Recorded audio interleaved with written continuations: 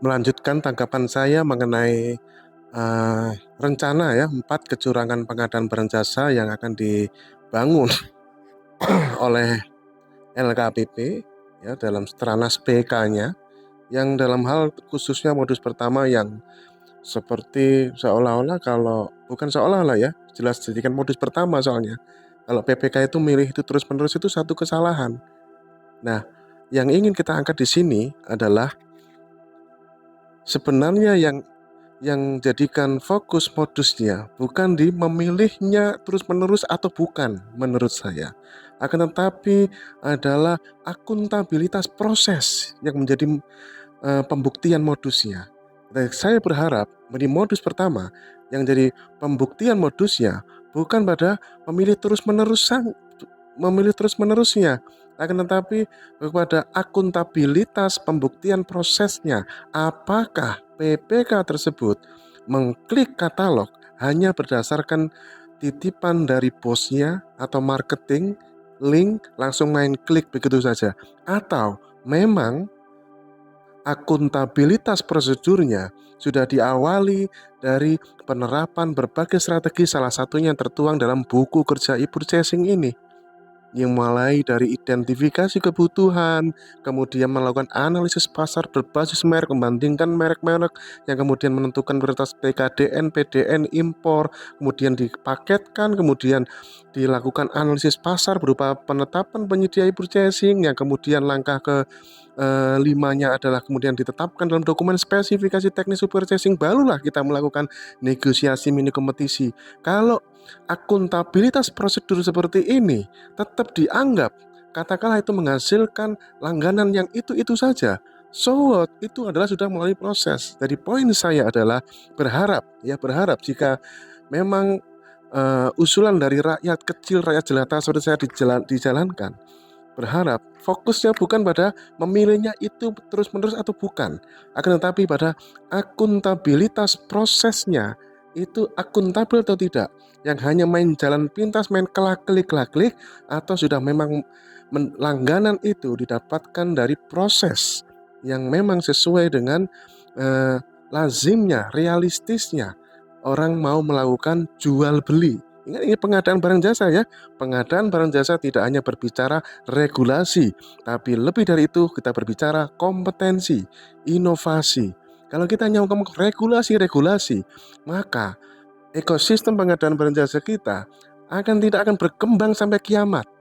Negara lain sudah berbagai macam melakukan pengadaan barang jasa, begitu banyak inovasi, kita masih lebih sibuk berkutat pada regulasi daripada kompetensi dan inovasi.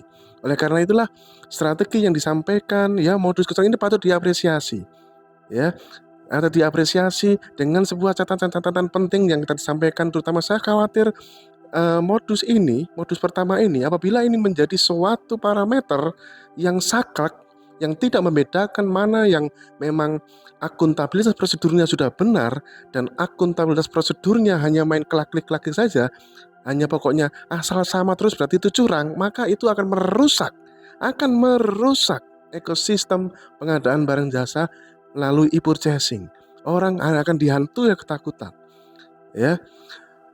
PPK semestinya tidak dibebankan pada suatu kebijakan bahwa saya harus punya pelanggan itu lebih dari satu. Emangnya ada kebijakan seperti itu? Kan nggak ada. Dari sejak Perpres ada pengadaan sampai turunan-turunannya, tidak ada ketentuan bahwa PPK itu harus membagi pelanggannya. Kalau misalkan saya ada belanja ATK, saya harus bagi 10 pelanggan. Misalkan, saya harus bagi 20 pelanggan. Tidak boleh satu pelanggan. Kan nggak ada seperti itu, dan tidak ada aturan di dunia manapun, di negara manapun, yang PPK itu wajib memiliki langganan dalam satu barang jasa lebih dari satu gitu. Nggak, bukan begitu konsepnya. Konsepnya adalah bagaimana kita meningkatkan akuntabilitas prosedur kita, mulai merencanakan, mempersiapkan, dan melakukan transaksinya, dan nanti mengendalikan kontrak dan serah terimanya. Bukan mata-mata ini sama atau tidak sama. Maka e-purchasing sekali lagi adalah mekanisme mencari pelanggan. Saya sering sampaikan itu di mana-mana. So what? Yang itu adalah realistis. Saya orangnya realistis, Bapak Ibu. Barang jasa uang rakyat. Kita lebih takut mana? Sepanjang pengambilan keputusan kita, sudah mengikuti berbagai macam strategi dan regulasi, termasuk strategi prioritas TKDN, PDN, dan impor misalnya seperti itu. Sepanjang sudah memenuhi kriteria, prosedur, strategi, Bapak Ibu, maka yang kita harus utamakan kualitas. Ingat uang rakyat, Bapak Ibu. Lebih takut mana ketika Anda beli satu barang, netizen berbicara, barang jasa yang Anda beli difoto, diviralkan. Lebih takut mana? Di Indonesia yang paling ditakuti adalah Republik Rakyat Netizen. Dan ini pertanggungjawaban uang rakyat, kualitas.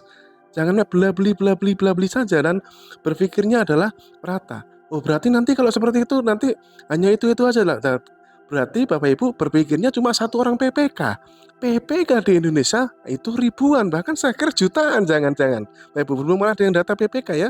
Yang tahu adalah LKPP yang terdaftar di akun SPSE-nya. Berapa jumlah PPK? Pasti ribuan, Bapak Ibu. Ingat, ada ribuan PPK. Bapak Ibu, ada ribuan PPK yang belum tentu pelanggannya sama. Belum tentu sama. Mungkin satu PPK dan PPK yang lain akan sama, mungkin. Tapi belum tentu sama kan? Itu loh. Tapi para pembuat kebijakan gak perlu khawatir nanti, wah nanti kalau kita nggak nerapkan yang model gini nanti pasti akan terjadi monopoli. Tidak ada hubungannya, ya, tidak ada hubungannya. Kalau modusnya itu memang akuntabilitas prosedurnya hanya main klik saja, Anda silakan, itu modus bisa Anda terapkan. Tetapi kalau seorang PPK sudah menjalankan prosedur regulasi dan strateginya dari perencanaan persiapan, Anda curigai juga hanya karena dia tetap memilih itu terus misalkan, maka itu akan tidak fair, Bapak Ibu. Dengan alasan itu pasti dia monopoli. Anda membebankan monopoli pada satu orang PPK. PPK di Indonesia ribuan, Bapak Ibu, dan belum tentu sama langganannya, belum tentu sama. Sehingga itu Bapak Ibu kita membangun ekosistem yang baik. Dan itu pun Bapak Ibu, kita memberikan edukasi yang berimbang kepada PPK bahwa kalau punya langganan, biasakan jangan satu. Bukan karena untuk menghindari monopoli, tidak Bapak Ibu.